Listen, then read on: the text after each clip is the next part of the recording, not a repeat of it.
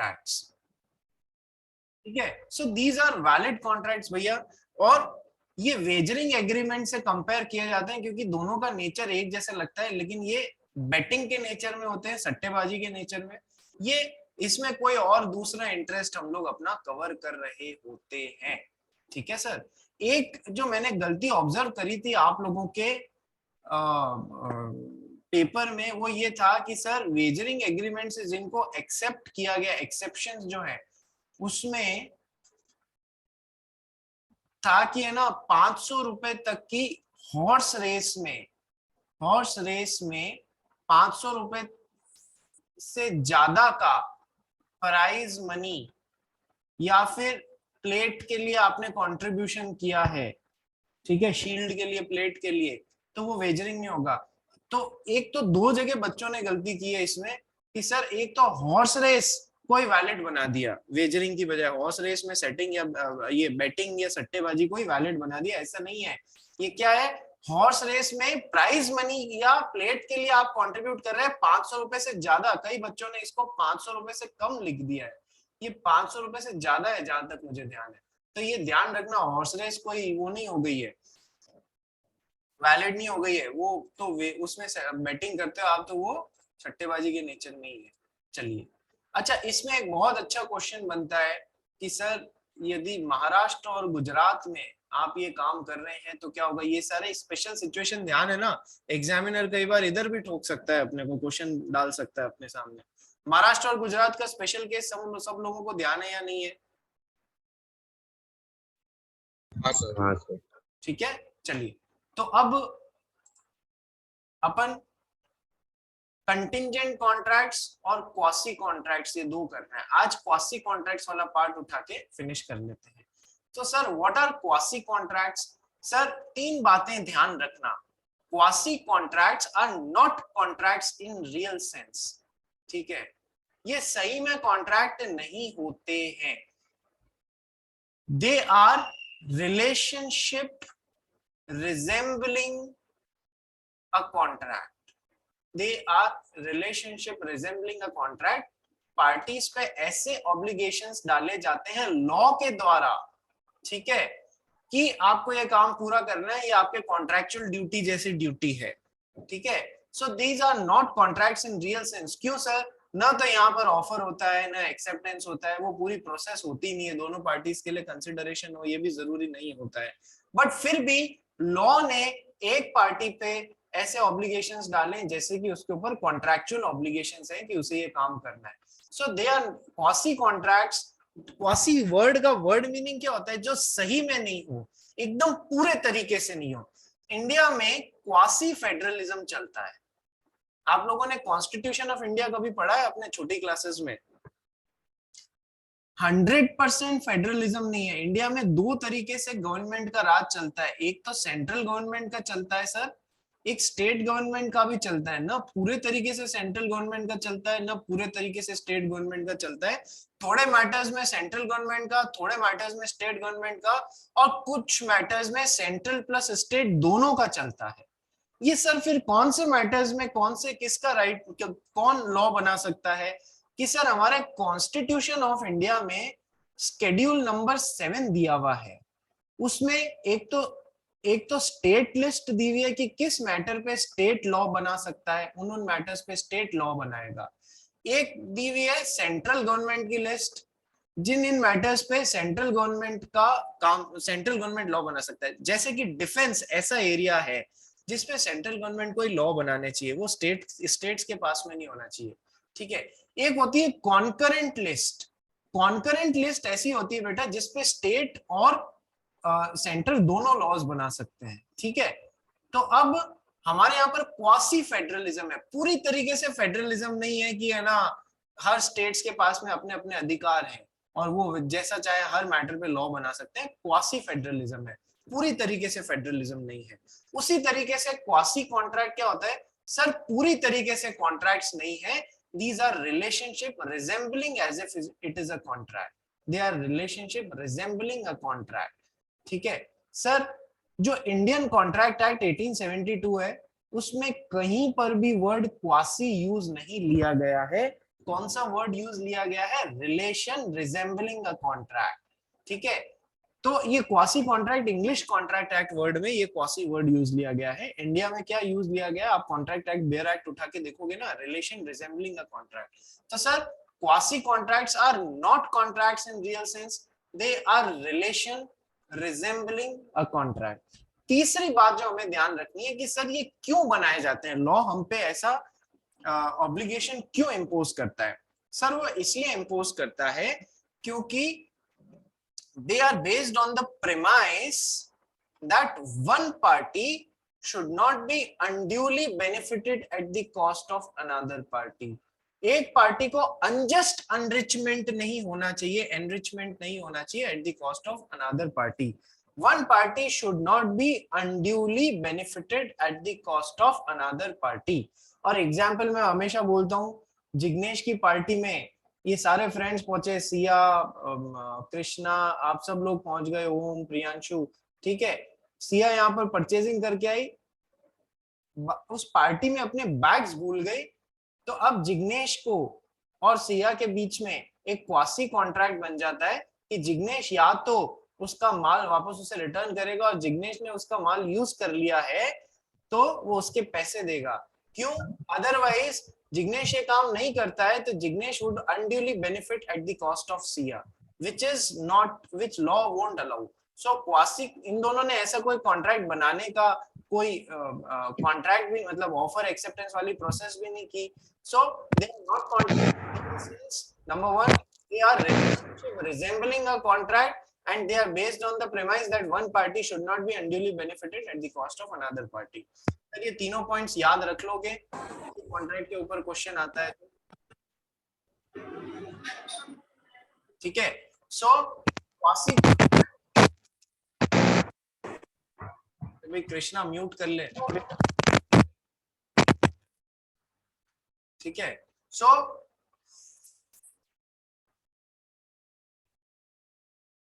quasi contracts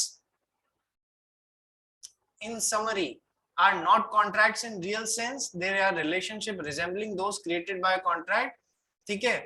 Indian Contract Act does not use the word quasi, it uses the term certain relation resembling those created by contract, resemble करते हैं, उसके जैसे लगते हैं। और तीसरा क्या है? There is no intention of the parties to create a quasi contract, it is imposed upon them by law। और चौथी और इंपॉर्टेंट बात, they are based on the equitable principle. इसको जो मैं आपको समझा रहा हूं ना, इसको बोलते हैं इक्विटेबल प्रिंसिपल। इक्विटी का मतलब होता है being fair and impartial, that one party must not be unduly benefited eight the cost of another party. अब क्वासी कॉन्ट्रैक्ट जो है वो कैसे भी बन सकते हैं, आइदर एक्सप्रेसली भी बन सकते हैं और इम्प्लाइडली भी। एक minute, quasi contracts are contracts which are created neither by words spoken or written, ठीक है।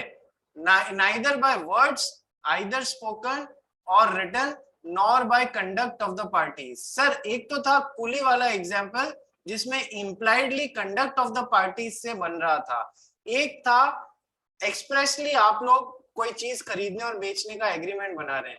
अब क्वासी कॉन्ट्रैक्ट्स में न तो एक्सप्रेसली बनता है, न इम्प्लाइडली बनता है, न कंडक्ट ऑफ द पार्टीज के थ्रू बनता है इम्प्लाइडली, न एक्सप्रेसली वर्ड्स यूज करके नहीं बनता है। ये तो लॉ आप पे ऑब्लिगेशन डाल देता है, ठीक है सर। नेक्स्ट, इसे अनजस्ट एनरिचमेंट को डॉक्ट्रिन ऑफ अनजस्ट एनरिचमेंट भी बोला जाता है। तो कैसे भी आपसे सवाल पूछ लेना, आप घबराना मत, थोड़ा सा दिमाग लगाना। ये अनजस्ट एनरिचमेंट तो क्वासी कॉन्ट्रैक्ट का टॉपिक था, तो वहां से वो आपसे इनडायरेक्टली वो पूछ रहा है। Now we come to types of quasi contracts. What are the various types of quasi contracts? Sir बहुत अच्छे से ध्यान करना, क्वासी कॉन्ट्रैक्ट जो है उसकी वैरायटी है। सबसे पहला सर सेक्शन 68 से आगे 5 सेक्शंस जो है 1 2 3 4 5, देखो 5 वैरायटी के हैं, तो वहां से आगे आगे ध्यान रखते जाना। 68, 69, 70, 71, 72, ये 5 मेरे ख्याल से यही 5 सेक्शन होने चाहिए जो क्वासी कॉन्ट्रैक्ट्स के हैं, क्योंकि सेक्शन 73 किसका होता है? कल याद रखने का बोला था, सेक्शन 73 किसका होता है? Damages. Damages, very good। तो दोनों ही इसमें कवर हो जाते हैं। ऑर्डिनरी डैमेजेस और स्पेशल डैमेजेस किस में कवर हो रहे हैं सर? सेक्शन 73 में कवर हो जा रहे हैं। ठीक है सर। तो अब टाइप्स ऑफ क्वासी कॉन्ट्रैक्ट, सबसे पहला necessaries supplied to a person who is incapable of contracting or on his behalf. Sir, minor is a person who is incapable of contracting, and person of unsound mind is a person who is incapable of contracting. So when you are, number one, providing necessaries as to life to these two persons. Mister x एक किराने की दुकान वाले थे, minor या तो भूखा बैठा हुआ था या अनसाउंड माइंड का आदमी भूखा बैठा हुआ था, इसके घर में 1 महीने का राशन डलवा दिया, मिस्टर एक्स को दया आ गई, तो ये इसके लिए नेसेसरीज एज टू लाइफ थी भाई, नेसेसरीज एज टू लाइफ थी, लग्जरी नहीं थी। सर लग्जरी क्या होती है आप सब डिफरेंशिएट कर सकते हो नेसेसिटीज वर्सेस लग्जरीज के बीच में। सर यदि इसके पास कपड़े नहीं थे तो 1-2 जोड़ी कपड़े दिला देना नेसेसिटी हो जाती है, लेकिन 12 जोड़ी आप कपड़े दिला रहे हो, इसको 12 जोड़ी कोट्स दिला रहे हो, ठीक है, वो यार लग्जरी हो जाती है। तो लग्जरी प्रोवाइड करिए ना, तो आपके और इनके बीच में कोई क्वासी कॉन्ट्रैक्ट नहीं बनेगा और आप उनसे रिइंबर्समेंट लेने के हकदार नहीं होंगे। ठीक है, क्वासी कॉन्ट्रैक्ट नहीं बनेगा। लेकिन आपने necessaries as to life provide करी है। अब नेसेसरीज एज टू लाइफ में क्या बातें ध्यान रखनी है? पहली बात तो कि सर उनकी लाइफ और उनकी सिचुएशन को देखते हुए वो चीज जरूरी है उनके लिए, जैसे कि दवाइयां हो गई यार, मेडिसिन हो गई, मेडिकल ऑपरेशन का खर्चा हो गया, सर किराने का खाने पीने का सामान हो गया, सर कपड़े हो गए यदि लिमिट में है, ठीक है, गर्म कपड़े हो गए यदि सर्दी की बात कर रहे हैं तो, ठीक है, यहाँ तक कि एजुकेशन को भी नेसेसरी में ही माना गया है। तो यदि कोई माइनर ने आपसे एजुकेशन के लिए पैसा उधार लिया है तो आप उसकी प्रॉपर्टी में से वसूल सकते हैं।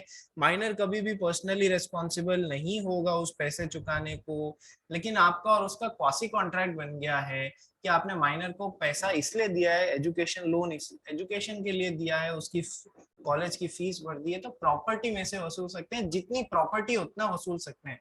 लोन दिया है 5 लाख का, प्रॉपर्टी है 15 लाख की, तो आराम से वसूल लोगे। माइनर कभी पर्सनली रिस्पॉन्सिबल नहीं होगा इस 5 लाख को चुकाने को। लोन दिया है 5 लाख का, प्रॉपर्टी 2 लाख की है, तो 2 लाख तक वसूल लोगे भाई। ठीक है, सो पहला नेसेसरी की बात क्या है, वो नेसेसिटी एज टू लाइफ और सिचुएशन है, लुकिंग टुवर्ड्स दी सिचुएशन। ठीक है, दूसरा सर माइनर जो है या ये जो पर्सन है जो इनकॉम्पिटेंट टू कॉन्ट्रैक्ट है, उनके पास में वो सही में उस चीज की नीड में, यदि उनके पास में पहले से खूब सारी दवाई, मेडिकल दवाइयों के पैसे हैं, खाना खाने के पैसे हैं, कपड़े हैं, सब है, और आप जबरदस्ती फिर भी वही आइटम दे रहे हो, तो उनके लिए नेसेसरी नहीं है। ठीक है, they are seriously in need of that thing. तो फिर आपने माइनर या पर्सन ऑफ अनसाउंड माइंड को ये जो प्रोवाइड करा दिया है जो भी नेसेसिटीज एज टू लाइफ, तो अब आपके और उनके बीच में एक क्वासी कॉन्ट्रैक्ट बन जाएगा कि आप उनकी प्रॉपर्टी में से ये पैसा वसूल सकते हैं, उनको पर्सनली रिस्पॉन्सिबल नहीं बना सकते हैं। सर ये बात समझ में आ गई? बोलो यस सर। Yes sir. अब एक बात ध्यान रखने वाली क्या है सर, ये पर्सन ऑफ अनसाउंड माइंड है, मान लीजिए एक आदमी है 35 इयर्स का, इसकी एज है 35 इयर्स, ये क्या अनसाउंड माइंड का आदमी हो गया, तो अब पागलों जैसे घूमता रहता है, इसकी एक वाइफ है और 2 चिल्ड्रन है, तो इनको पालना, इनको ये किस पे डिपेंडेंट है, वाइफ और चिल्ड्रन, अपने खाने पीने और अपने दैनिक गुजारे के लिए पर्सन ऑफ अनसाउंड माइंड पे। तो आपने मिस्टर एक्स ने एक तो हो गया कि नेसेसरीज एज टू लाइफ इस आदमी को दी, तब तो क्वासी कॉन्ट्रैक्ट बन ही जाता है। दूसरा हो गया आपने नेसेसरीज एज टू लाइफ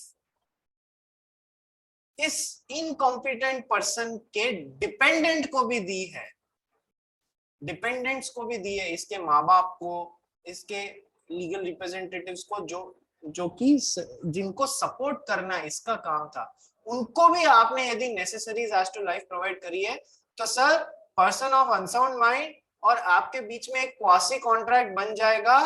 क्या क्वासी कॉन्ट्रैक्ट बन जाएगा कि आपने भले इसके डिपेंडेंट को हेल्प करी through necessities as to life के, आप इसकी प्रॉपर्टी में से पैसा वसूल सकते हैं। पर्सनली रिस्पॉन्सिबल तो ये पहले भी नहीं हो रहा था। ठीक है, बात समझ आ गई? बोलो हाँ सर।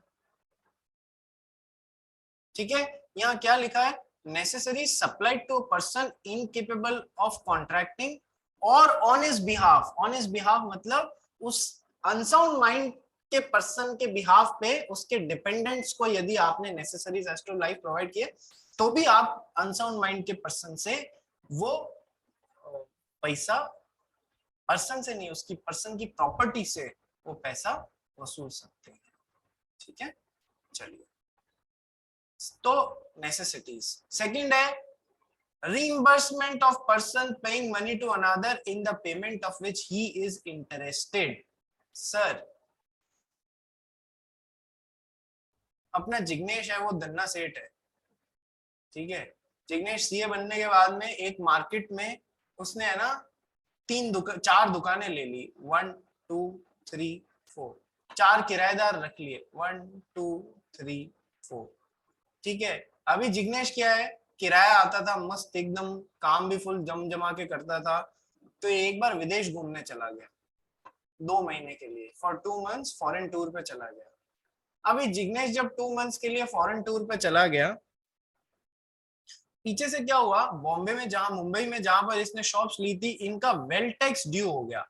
वेल टैक्स ड्यू हो गया, और वेल टैक्स आप नहीं भरते हो ना, एक सिचुएशन ऐसी आ गई कि वेल टैक्स वालों ने बोला यार हम आपकी प्रॉपर्टी सीज कर रहे हैं क्योंकि आपने इससे रिलेटेड वेल टैक्स नहीं भरा है। ठीक है, अब ये जो पहला किराएदार है, मान लीजिए इसी की प्रॉपर्टी सीज होने की बात हो रही थी, तो he is an interested party. Interested party कैसे? ये यदि कंपाउंड, ये शॉप यदि सीज हो जाती है तो फिर इसका इंटरेस्ट हैम्पर हो जाएगा ना। इसका जो भी इंटरेस्ट है, ये अपनी शॉप या ऑफिस जो भी यहाँ पर चला रहा है, दुकान चला रहा है, ऑफिस चला रहा है, उसका इंटरेस्ट हैम्पर हो रहा है। So is an interested party. तो इसने क्या किया, मान लिए जो इंटरेस्टेड पार्टी थी, इसने आपकी मुंबई की लोकल गवर्नमेंट को वो वेल टैक्स का पैसा चुका दिया। ठीक है, कि लो आप यह दुकान सीज करोगे, आपको पैसे से मतलब है, मैं चुका देता हूँ। तो अब ऐसा करने पे payment done by an interested party हो गया। ठीक है, किसके बिहाफ पे हो गया सर? जिग्नेश के बिहाफ पे हो गया। तो जिग्नेश और उस इंटरेस्टेड पार्टी जिसने पेमेंट किया है, इनके बीच में एक क्वासी कॉन्ट्रैक्ट बन जाएगा। कैसा क्वासी कॉन्ट्रैक्ट बन जाएगा कि ये इंटरेस्टेड पार्टी जिग्नेश से ये वेल टैक्स के लिए दिया गया पैसा वसूल सकती है। सर, इंटरेस्टेड पार्टी वो जिसका कोई ना कोई इंटरेस्ट हैम्पर हो रहा हो, या जिसका कोई ना कोई इंटरेस्ट इन्वॉल्व हो रहा हो, उसने पेमेंट किया है, तो वो और जिग्नेश क्वासी कॉन्ट्रैक्ट में एंटर हो जाते हैं कि पेमेंट हो जाएगा, मतलब पेमेंट वापस वसूल सकता है ये इंटरेस्टेड पार्टी जिग्नेश से। ठीक है सर, ये हो गया second type of quasi contract. Next, non gracious act. जब एक बंदे ने दूसरे के लिए कोई काम किया है और उसका वो काम फ्री फोकट में या ग्रेशियसली करने का इंटेंशन नहीं था, और दूसरा पर्सन ने एंजॉय किया है उस काम का बेनिफिट जो सामने वाले ने उसके लिए किया है, तो फिर आपका पेमेंट करने का ड्यूटी बनता है, क्वासी कॉन्ट्रैक्ट बन जाएगा। सर देखो, a trader leaves goods at बीज हाउस बाय मिस्टेक। एक ट्रेडर ने बी के घर पे एक वो क्या कहते हैं, कुछ माल छोड़ दिया, गलती से छोड़ना सी के घर पे था, उसके पड़ोसी बी के घर पे छोड़ दिया। ठीक है, बी ने उस माल को ऐसा समझ के कंज्यूम कर लिया जैसे कि वो उसका खुद का था। तो अब बी को उन गुड्स के लिए ए को पे करना पड़ेगा। A trader leaves goods at B's house by mistake. B treats the goods as his own. He is bound to pay A for them. ठीक है, या तो माल लौटाओ या फिर उससे रिलेटेड पैसा दो, क्वासी कॉन्ट्रैक्ट बन गया। मेरा आपके पास में माल छोड़ने का कतई इरादा नहीं था, फ्री फोकट में छोड़ने का। ठीक है, चलिए। Responsibility of finder of goods. Sir, finder of goods कौन होता है? हमारा जिग्नेश गोविंदा बन गया, नहीं वरुण धवन बन गया, ठीक है। वो वरुण धवन की फिल्म में एक गाना था ना, मैं तो रास्ते से जा रहा था, मैं भेलपूरी खा रहा था, ठीक है। तो अब जिग्नेश भी एक दिन रास्ते से जा रहा था। जिग्नेश भेलपूरी खा रहा था या नहीं वो तो पता नहीं, पर इसको रास्ते में एक डायमंड रिंग पड़ी हुई मिली, डायमंड रिंग पड़ी हुई मिली, ठीक है। जिग्नेश ने कहा अपने को क्या मतलब यार, संत आदमी है, और आगे बढ़ गया। तब तो कोई प्रॉब्लम नहीं, he is not a finder of goods. लेकिन यार हर कोई संत आदमी थोड़ी होता है। तो जिग्नेश ने क्या किया, इस अंगूठी को उठा के आसपास देखा, अरे कोई मिल जाए तो दे दूं, नहीं, पर कोई मिला नहीं, तो उसने उठा के अपने पोजेशन में ले लिया, रख ली अपनी जेब में। यानी कि अब वो बन गया फाइंडर ऑफ गुड्स, ठीक है। फाइंडर ऑफ गुड्स जो होता है, he enters into a quasi contract with the owner of those goods, with the owner of those goods, वो क्वासी कॉन्ट्रैक्ट में आ जाता है। क्या क्वासी कॉन्ट्रैक्ट में आ जाता है कि Jignesh would return those goods to its original owner, ये हो गया क्वासी कॉन्ट्रैक्ट। अदरवाइज यदि वो रिटर्न नहीं करता है, so he will be using, if he is using those goods for his own, या फिर सेल कर देता है, तो फिर क्या हो रहा है, one party is unduly getting benefit at the cost of another party, one party is unduly getting benefit at the cost of another party. ये लॉ ऑफ इक्विटेबल प्रिंसिपल के हिसाब से, law of doctrine of unjust enrichment के हिसाब से गलत बात है। तो फिर वेरी बैड, ऐसा नहीं करना है। सो जिग्नेश को उस ओनर ऑफ गुड्स के साथ में क्वासी कॉन्ट्रैक्ट में आ जाता है कि इसे ओनर ऑफ गुड्स को ये माल रिटर्न करना है। तो फाइंडर ऑफ गुड्स की ड्यूटीज क्या क्या होती हैं, देखो ध्यान रखना, बहुत ध्यान से सुनना, एग्जाम में इस पे बेस्ड क्वेश्चन आने की सबसे बड़ी प्रोबेबिलिटी रहती है फाइंडर ऑफ गुड्स के ऊपर। तो सर पहली रेस्पॉन्सिबिलिटी होती है, मैं तो रास्ते से जा रहा था, भेलपूरी खा रहा था, बहुत अच्छी बात है, लेकिन डायमंड रिंग उठा ली ना, अब क्वासी कॉन्ट्रैक्ट बन गया तेरे और उसके बीच में, ओरिजिनल ओनर के बीच में। फाइंडर ऑफ गुड्स की सबसे पहली रेस्पॉन्सिबिलिटी होती है अंडर द क्वासी कॉन्ट्रैक्ट कि वो उस गुड्स के ओरिजिनल ओनर को ढूंढने की कोशिश करे, फाइंड करने की कोशिश करे उन गुड्स के ओरिजिनल ओनर की। सर क्या क्या कर सकता है, सर आसपास पता कर सकता है, पुलिस स्टेशन में जाके रिपोर्ट कर सकता है किसी का माल पड़ा हुआ मिला है, अखबार में एडवर्टीजमेंट दे सकता है, मुनादी करवा सकता है, सुनो सुनो सुनो किसी का माल गुम गया था।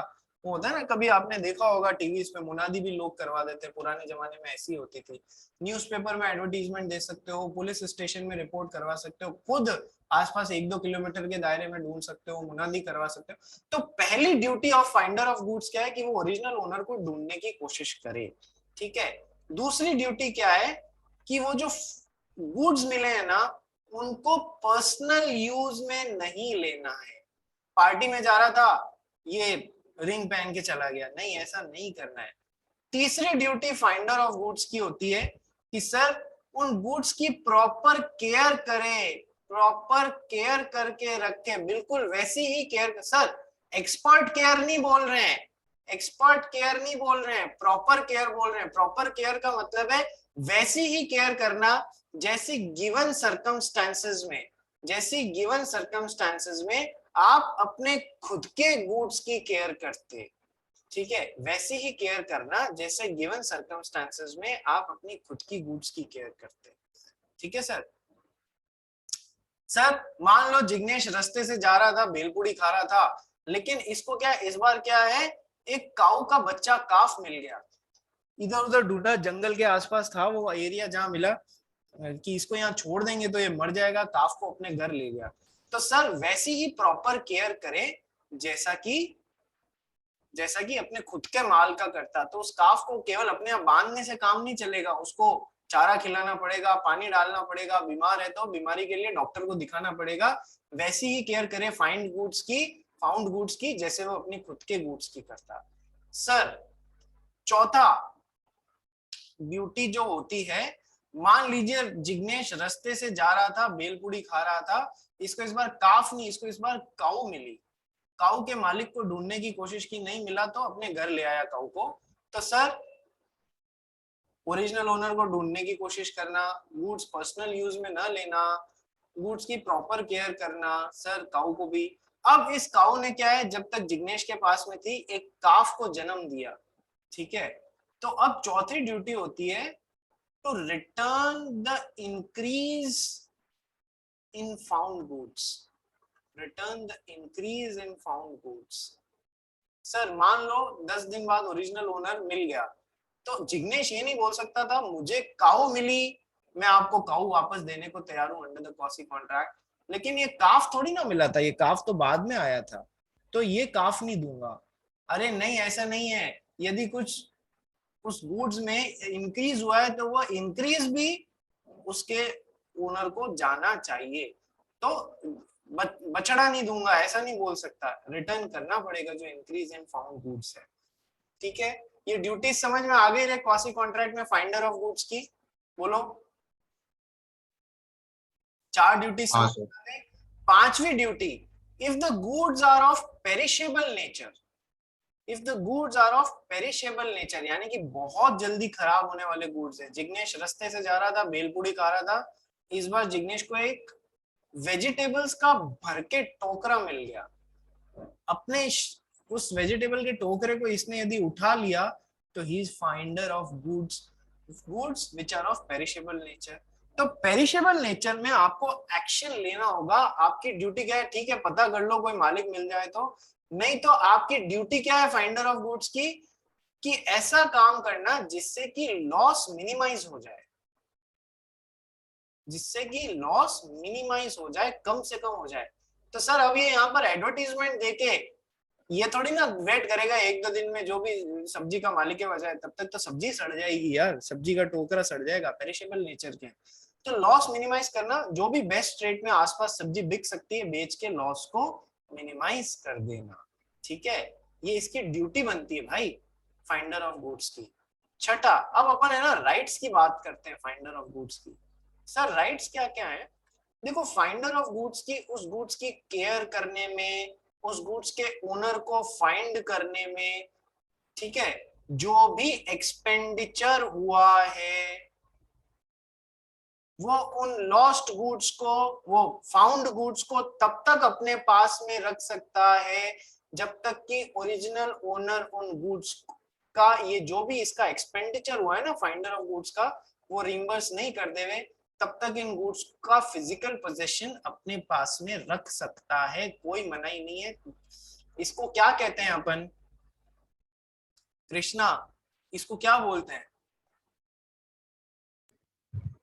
सर एक बार वापस बोल सकते क्वेश्चन आपका? मेरा क्वेश्चन ये है, मैं उस माल को तब तक अपने पास में दबा के रख सकता हूं जब तक कि उससे रिलेटेड मेरा खर्चा जो भी हुआ है वो मेरे को रिइंबर्स नहीं हो जाए।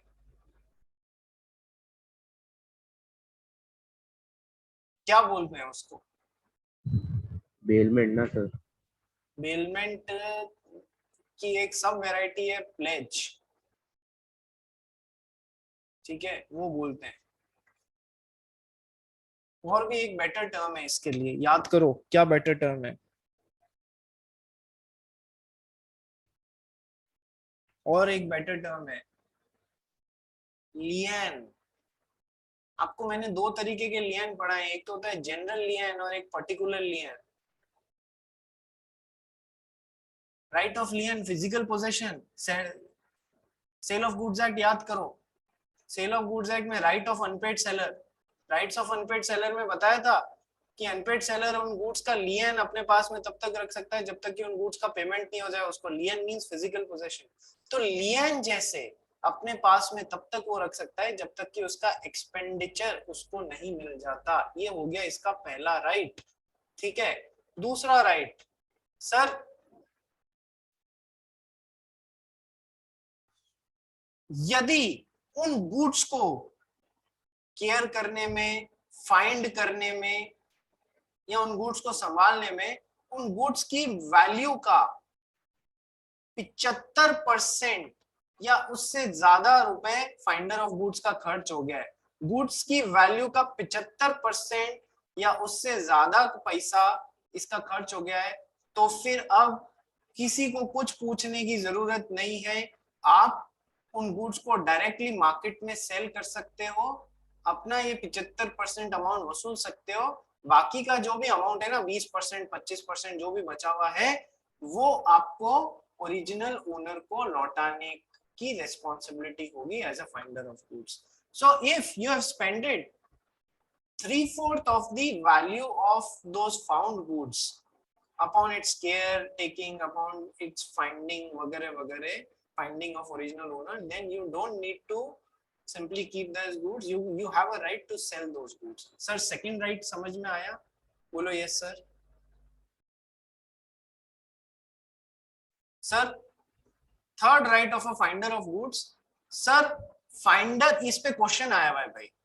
फाइंडर ऑफ गुड्स का जो राइट होता है ना वो उस आदमी से बड़ा होता है जिसके प्रीमाइसेस पे वो लॉस्ट गुड्स मिला है, जिसके प्रीमाइसेस पे वो लॉस्ट गुड्स मिला है, इस आदमी से बड़ा राइट फाइंडर ऑफ गुड्स का होता है. ठीक है, कैसे कि सर मैं आपको वापस लिंक भेज रहा हूं, समय खत्म हो गया है, लिंक भेज रहा हूं, रीजॉइन करेंगे सबके सब 1 मिनट के अंदर अंदर. अच्छा, लिंक मैं आपको वो फोटो में भेजूंगा, उसका कारण है कि आज व्हाट्सएप वेब में कुछ प्रॉब्लम आ रही है.